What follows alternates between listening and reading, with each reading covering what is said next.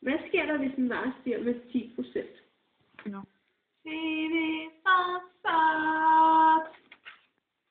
Vi kan se her, at alle fødevarer bliver dyre. Hvorfor og hvordan?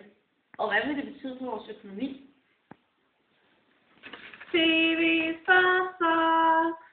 Nyhederne tirsdag. God aften. Vi starter herhjemme, hvor alle fødevarer bliver sat op med 10%. Men hvorfor og hvordan, spørger vi os selv. Derfor vil vi interviewe Michael Troels Bang, som er direktør for Danmarks Nationalbank. God aften, Michael Troels Bang. God aften. Michael, hvordan kan det egentlig være, at alle fødevarer er steget med 10%? Jo, ser du. Der mangler korn i hele verden, og derfor stiger prisen på fødevarer, fordi at de fleste fødevarer indeholder korn. Derfor stiger det altså med et symbolsk tal.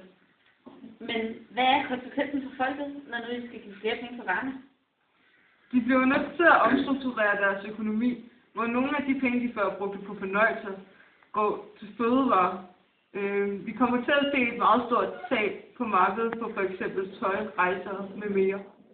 Men Michael, når nu vi skal betale meget mere på vores fødevarer, og derfor ikke få lige så meget på vores penge, kommer det til at påvirke inflationen? Nej, det kommer det ikke til. Det lover jeg dig. Hvorfor? Ingen kommentar. Nå, men vi siger i hvert fald tak til dig, Michael Troels Bang, for at være interviewe dig. Og nu videre til vores reporter, Trine Motorvang, som man står uden for et supermarked i Gørlev.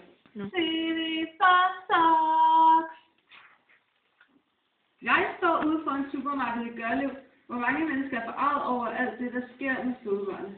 Blandt andet dig, Mikkel Petersen. Hvordan kommer det til at påvirke dig med din hverdag? Det kommer selvfølgelig til at påvirke mig og alle andre. Jeg vil nok få mindre penge på og lade være med at stoppe så mange ting ned på. Jeg vil nok gå efter de billige varer og lade være med at købe unødvendige ting, som jeg ikke rigtig har brug for. Jeg har også tænkt mig at gå op til min chef og bede om mine forhold til her på mandag, men ikke sige det til ham. Tak. Og nu videre til dig, Jette.